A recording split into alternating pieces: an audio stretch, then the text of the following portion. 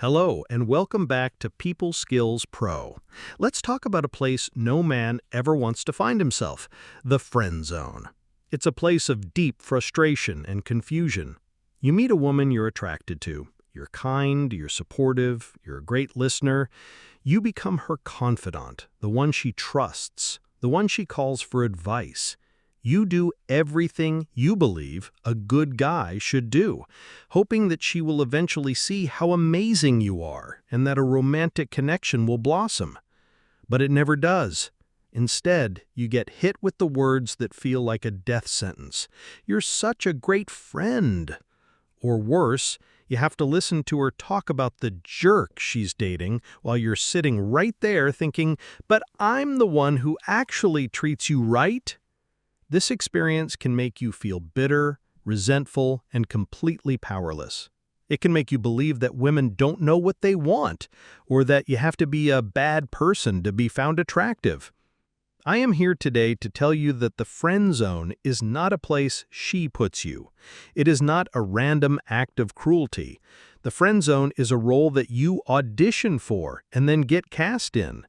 It is the direct result of a series of subtle, often unintentional behaviors that communicate everything but romantic interest. Today, we are going to do a deep dive into this dynamic. We are going to expose the common mistakes and mindsets that lead men down the path to the friend zone. We will identify the specific behaviors that are a one-way ticket to a platonic relationship. And, most importantly, we will give you the powerful, actionable strategies to ensure you never accidentally audition for that role again. This is your blueprint for escaping and avoiding the friend zone forever. The core principle: the friend zone is a role you audition for. This is the most important mindset shift you need to make. The friend zone is not a prison she puts you in. It's a job you apply for. When you consistently behave like a friend, you get the job of being a friend. It's that simple. A woman does not meet a man and think, "Okay, I need to decide if this guy is a potential boyfriend or a potential friend." Instead, she responds to the emotional vibe and the behavioral cues you give her. Your actions are your application. If your application screams reliable, safe, non-threatening platonic support, she will file you under friend. If your application screams confident, exciting, assertive, potential romantic, she will file you under potential partner. The problem is that many men, in an attempt to be nice and safe, submit a perfect application for the friend role and then get angry when they don't get the boyfriend job. Today, we are going to teach you how to submit the right application. The 4 behaviors that are a one-way ticket to the friend zone. Let's break down the specific behaviors that guarantee you'll be cast as the friend. 1. Becoming her 24/7 emotional support system, the emotional sponge. This is the most common and deadly trap. You become the guy she calls or texts whenever she has a problem. She's had a bad day at work, she's fighting with her parents, and most painfully, she's having issues with another guy she's dating. You listen patiently, you give great advice, and you make her feel better. The nice guy logic is, if I can show her how supportive and understanding I am, she will see what a great boyfriend I would be. I will solve her problems, and she will fall for me. The psychological reality is, you are not auditioning for the role of boyfriend, you are auditioning for the role of girlfriend. This deep, emotional, problem-solving conversation is the kind of intimacy women typically share with their female friends. By becoming her emotional sponge, you are stepping into a platonic, feminine role in her life. You are neutralizing all romantic and sexual polarity. She will associate you with comfort and problem-solving, not with passion and desire. It is almost impossible to be seen as a potential lover when you are playing the part of her best girlfriend. The antidote: set boundaries and maintain polarity. Stop being her therapist. When she starts complaining to you about her problems, especially about other men, you must politely but firmly redirect the conversation. You can say with a calm, friendly tone, "Hey, I'm sure that's frustrating, but to be honest, I'd rather not be the guy you talk to about other guys. I'm more interested in talking about you and me." This is a powerful, high-value statement that instantly reframes the dynamic. Keep conversations light and fun. Your primary role, especially early on, is to be a source of fun and positive emotions.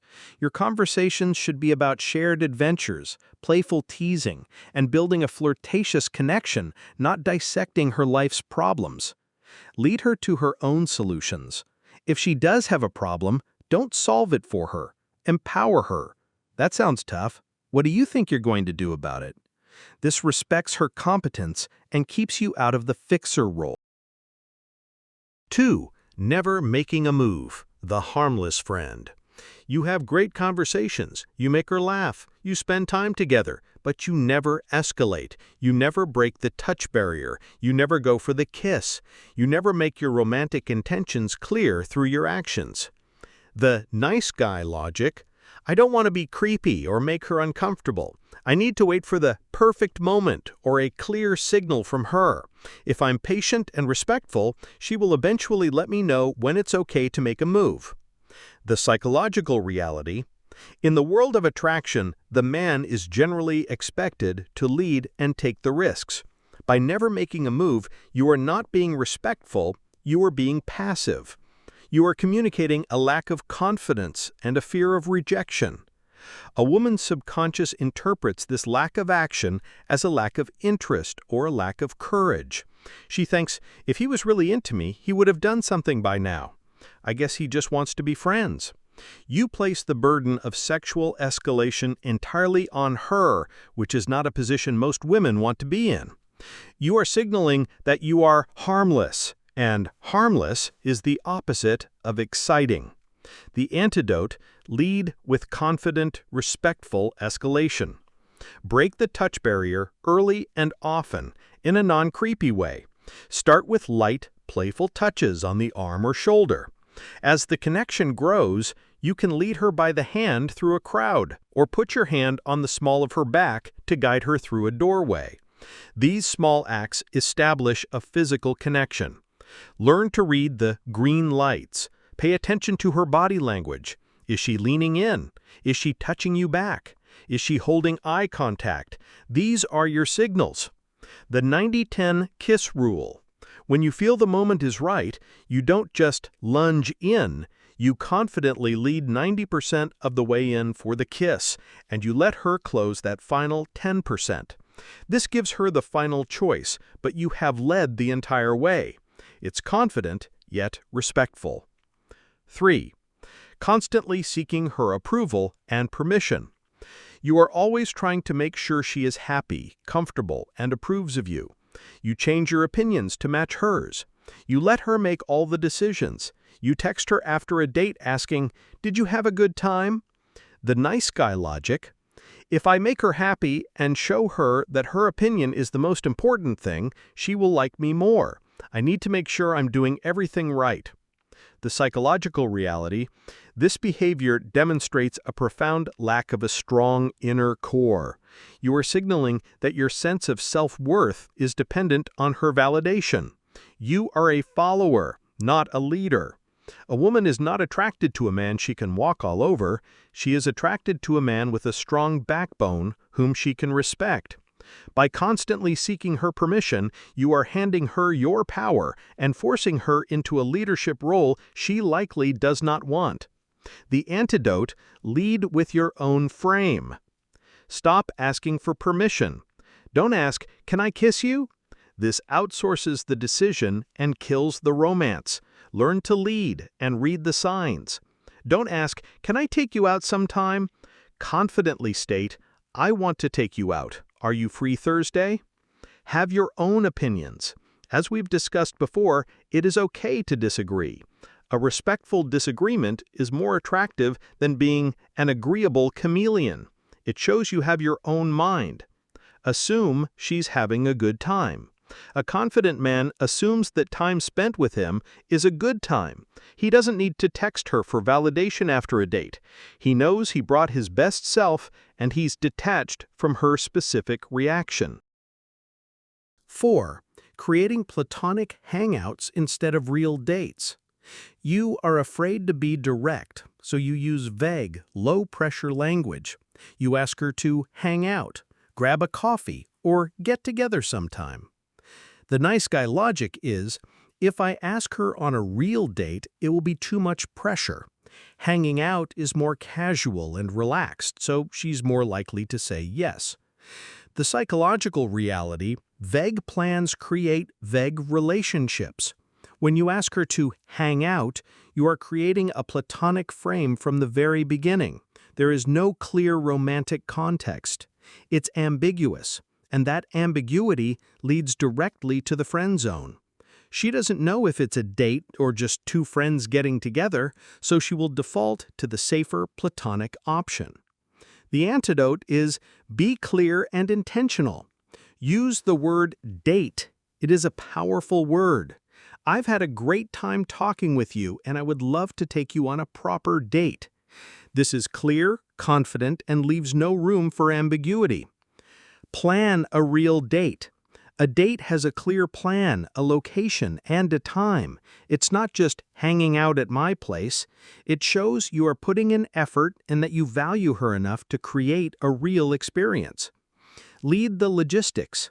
You choose the place, you make the reservation, you figure out the plan. This demonstrates leadership and takes the mental load off of her. So let's bring this all together. The friend zone is not a life sentence and it is not a mystery. It is the predictable result of a specific set of behaviors. It is the result of acting like a friend and hoping to be treated like a lover. You accidentally put yourself in the friend zone when you become her emotional sponge, when you are too afraid to make a move, when you constantly seek her approval, and when you create platonic hangouts instead of real dates. The path out is clear. It is not about being a jerk. It is about being a man with clear, confident, romantic intent. It's about setting boundaries, leading with strength, being unafraid to create a spark, and valuing your own time and purpose. It's about submitting an application for the role of a romantic partner, not a platonic friend. When you start to act like the man you want to be, the world, and the women in it, will start to respond to you in a completely new way. If you found this guide helpful, please click the like button and subscribe to People Skills Pro. Let us know in the comments if you've ever found yourself in the friend zone and what you learned from it. Thank you for listening.